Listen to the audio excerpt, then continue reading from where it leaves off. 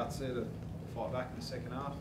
Yeah, they showed what they're capable of, Trav, to be honest. They showed some signs of that throughout the year in different parts of games, but today I thought it was probably our most complete 80-minute performance of the year, and really proud of the effort and the performance, especially in that second half defensively. Nice to see, like Brenko, I guess, was a bit of a game breaker there, so someone else stepping up and taking on the game and sort of winning for you. Yeah, it was. I thought it was a real good team performance today. I thought there was I thought AJ was good again, and some guys, Dark was good, and there's a few guys really stepped up today. Like I said, I thought it was a really good team performance, which we haven't put together for 80 minutes so far this year. AJ was pretty close to missing after that concussion, but he played pretty well. Yeah, look, he was always clear. He was cleared, and he ticked all the boxes medically. I was just worried about him being a 19, 20-year-old young guy with a head knock like he had, and so I was very cautious of making sure he was 100% right. I'm never going to risk a player's health, and especially a young guy like AJ who's got a big future ahead of him. And I did the similar thing with Mo Fotuaika earlier in the year. We had a nasty concussion, and I made sure he ticked every box before I put him out there, and he did, and he came through okay, and AJ did the same today. So, but like I said, you don't mess around with the player's health, and that was my main focus throughout the week.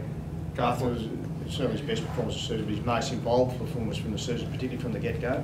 Was that their plan with him? Because they have let Ash less involved early and get him into the game? Oh, not so much a plan, Cato. I just think he's starting to really feel like he belongs and feels a part of it, and it's taken on that role away from Ash a little bit, which I've been asking for some of our other players to do. And I thought AJ stepped up. I think he's feeling more comfortable in his skin, and he's feeling like he belongs. And I thought, so a few guys, I thought it was a real good team performance. A few guys stepped up today to take a bit of pressure off Ash. How good is it when you see those young guys really playing well? It must make you pretty excited. Well, that's what it's about, Chad. That's what I've been saying all year, how excited with this club's heading. We've got some super kids coming through, and we've got some really good experienced guys around them that are helping them, but you go through our side where, Phil Sammy's young, AJ's young, Ash is young, Jai Arrow's young, Mo Fotuaika's only 18, and doing what he's doing as a front rower in the NRL is enormous. So, look, there's a massive upside for the Titans. We've had some heartbreaking times this year, and we had some performances that haven't been where they need to be, but I know we're heading in the right direction. I know this year's going to be great for them going forward, and those guys, it will be better for the experience, those younger guys, and hopefully some of our senior guys will obviously develop into the leaders that we need them to be. What felt different in the second half, because it was the first time he took it to the end for a while? Yeah, it was just the communication and talk. I thought Ash had one of his better games of the season, and when Ash is playing good, AJ plays good, and when you got your spine playing really good footy. And I actually thought Mitch Rain was excellent off the bench today. He come on and brought that little bit of speed off the bench and just created that extra bit of something that just wasn't happening earlier on in the game. We're pretty lucky that we've got two great hookers that play tough and hard footy, and one that's a tough nut and one that plays a little bit smarter. So, I just think, with your spine playing like that, you're better off for it. It's AJ, Philip Sammy put a step on Tavasashek. I think he tripped over. I think he scared himself, Sammy. But yeah, that was class, wasn't it?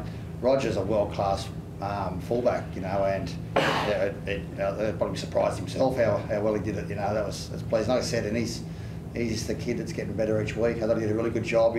I said during the week I thought young Fusatu is probably one of the best finishers in the game as far as wingers as far as he jumps and his carries and the way he finishes tries. But to keep him scoreless, I thought was a massive effort from the team, and also a massive pat on the back for Phil too. He didn't go high early. Was that on purpose because they are the best retrievers of the ball? Yeah, there's no use kicking. You're not going to kick away. Yeah. They're just, both him and the other winger Mamala, they're not fantastic in the air. They're a target for them when they're in attacking zone, and they're also very good defensively. So, there's no use trying to kick out and trying to out jump them, because they're, like I said, they're some of the best in the game. Ryan, have you seen Sammy step like that before, like the change of direction? Is that?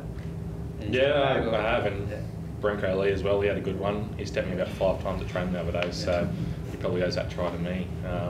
They both do it at training, and it's just good to see him in a little bit of open space and be able to perform. And and Brenko got through that one. He performed a great 2-on-1, put Donnie in. I thought the right side was pretty flash hot today as well.